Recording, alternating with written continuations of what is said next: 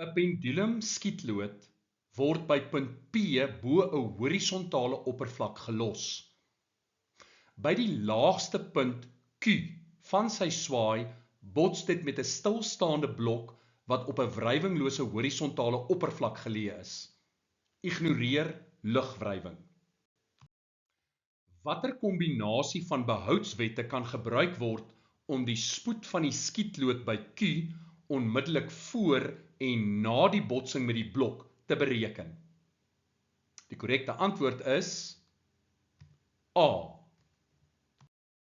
So, by punt P kan ons die potensiële energie bereken. Dit is die massa maal met gravitasie maal met die loodregte hoogte. En omdat die pendulum skietlood vanuit rus gelos word, weet ons dat die kinetiese energie by punt P is gelyk aan 0.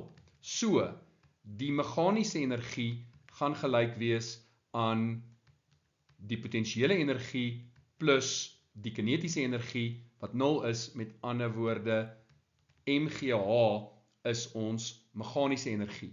En by punt Q weet ons dat die potensiële energie is dan 0 en gevolglik gaan die kinetiese energie gelyk wees aan die meganiese energie, want dit bly behoue, daar's nie lugweerstand nie, en dit gaan gelyk wees aan mgh.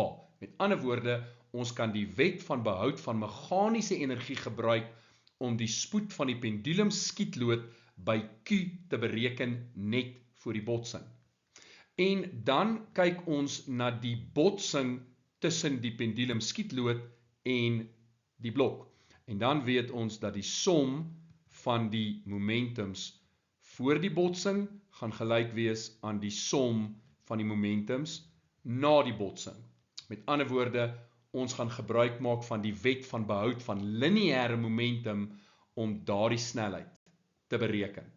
So, dit is die twee wette wat nodig is om daardie waardes te bereken.